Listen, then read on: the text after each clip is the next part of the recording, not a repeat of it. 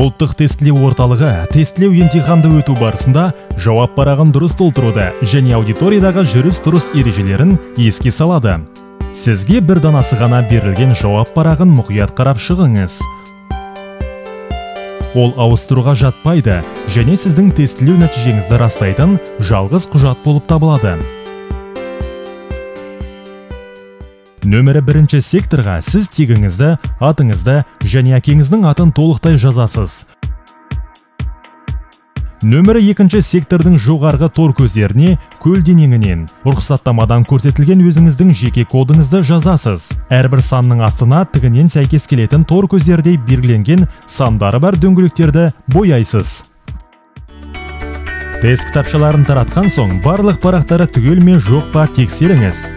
Егер парақ жоқ болса немесе басқада типографиялық жарамсыздықты байқасаңыз, министрлік өкіліне дереу хабарлаңыз.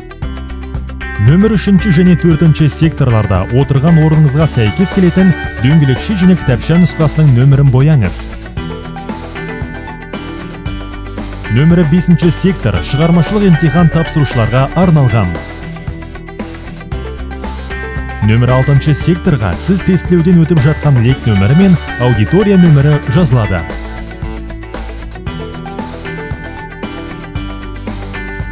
Нөмірі 7 секторда жалпы бейіндік пәндер бойынша тапсырмалардың жауаптары боялады. Ұсынылған 5 нұсқадан бір дұрыс жауап таңдалады.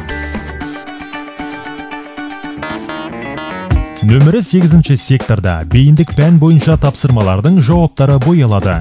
Бұл секторда 1-ден 20 тапсырмаға дейін ұсынылған 5 нұсқаның ішінен тек бір жауап қана таңдалады. 21-ден 30-ға дейінгі сұрақтар дөңгелекше үшін толықтай бояу арқылы 6 нұсқадан көп емес бірнеше жауапты белгілеуді қажет етеді. 31-40 сұрақтар жағдаяттық сұрақтар. Оларға дейінгі тапсырмаларда 2 жағдаят беріледі. Әр жағдайда 5 тапсырмадан бар. Олар бір ғана жауапты таңдауды қажет етеді.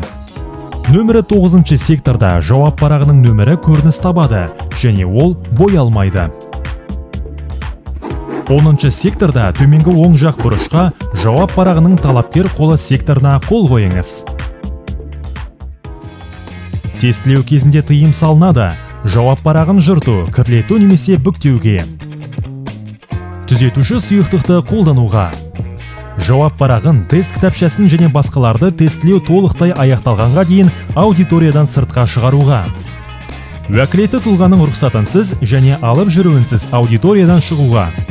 Өз орнынан басқа орынға ауысып отыруға. Емтихан материалдарымен алмасуға, сөйлесуге, хат алмасуға. Тестілеу уақыты аяқталған соң емтихан материалдарын тапсыруды бөгеуге. Тестілеу мазмұнын ашатын және оның дұрыс жауап кодтары жазылған шпаргалкалар, оқу әдістемелік әдебиеттерді немесе басқа да мәліметтерді қолдануға. Жауап парағында белгілеуге арналмаған секторларды бояуға тыйым салынады. Калькулятор, фотоаппараттар, ұялы телефондар, рациялар мен басқа да коммуникация құралдарын, мысалы пейджерлер, смартфондар, планшеттер, айподтар, ноутбуктер, плеерлер, модемдер, роутерлер және тағы басқалары қолдануға кез келген радиоэлектрондық байланыс түрлерін, Wi-Fi, Bluetooth, DECT, 3-4G, сымсыз құлақтар, сымды құлаққаптар және басқаларды пайдалануға.